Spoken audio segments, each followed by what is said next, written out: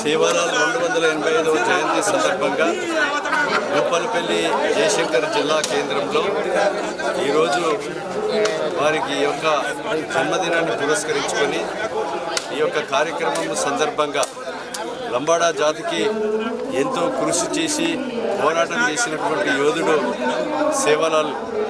అదేవిధంగా వారి యొక్క లంబాడా జాతికి కాంగ్రెస్ ప్రభుత్వం కూడా ఈరోజు ఆప్షనల్ హాలిడే ప్రభుత్వము ప్రకటించడం జరిగింది.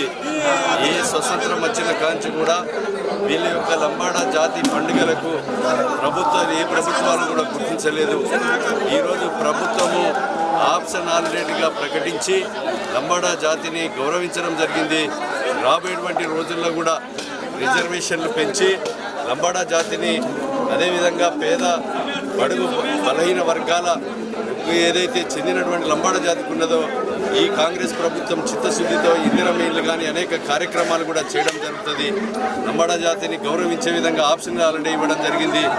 సేవాలాల్ పోరాటానికి, అదేవిధంగా సేవాలాల్ చేసినటువంటి యొక్క కృషికి ప్రభుత్వము వారి యొక్క ఆశయాలను, సిద్ధాంతాలను ఈ ప్రభుత్వము అమలు చేయబోతుందని సందర్భంగా తెలియజేస్తా ఉన్నాం.